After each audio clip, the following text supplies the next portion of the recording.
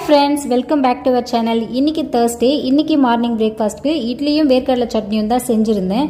எப்போவும் குட்டி பையன் இட்லியும் சாம்பாரும் தான் சாப்பிடுவான் அப்படின்ற மாதிரி சொல்லியிருந்தேன். இப்போல்லாம் வேர்க்கடலை சட்னியும் சாப்பிட ஆரம்பிச்சிட்டான்.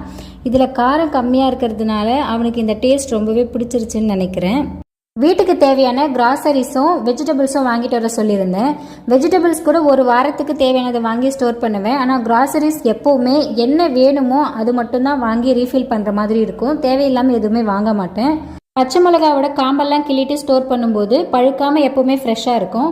இந்த ஆர்கனைசர் ஆல்ரெடி ஒரு வீடியோவில் பாத்திரம்லாம் கழுவி வைக்கிறதுக்கு ரொம்பவே யூஸ்ஃபுல்லாக இருக்குன்னு ஷேர் பண்ணியிருந்தேன். இது போல் வெஜிடபிள்ஸ், ஃப்ரூட்ஸ் எல்லாமே நம்ம வாஷ் பண்ணி ஸ்டோர் பண்ணிவிட்டு அதுக்கப்புறம் எடுத்து நம்ம ஃப்ரிட்ஜில் அடிக்கிடலாம். ஆஃப்டர்நூன் லஞ்சுக்கு அவரைக்காய் தேங்காய் அரைச்சி ஊற்றி குழம்பும் பீட்ரூட் பொரியலும் தான் செஞ்சுருந்தேன். குட்டி பையனுக்கு தனியாக பருப்பு சாதமும் பீட்ரூட் பொரியலும் வச்சு ஊட்டி விட்டுட்டேன். சேனலை மறக்காமல் சப்ஸ்கிரைப் பண்ணிடுங்க. தேங்க்ஸ் ஃபார் வாட்சிங்.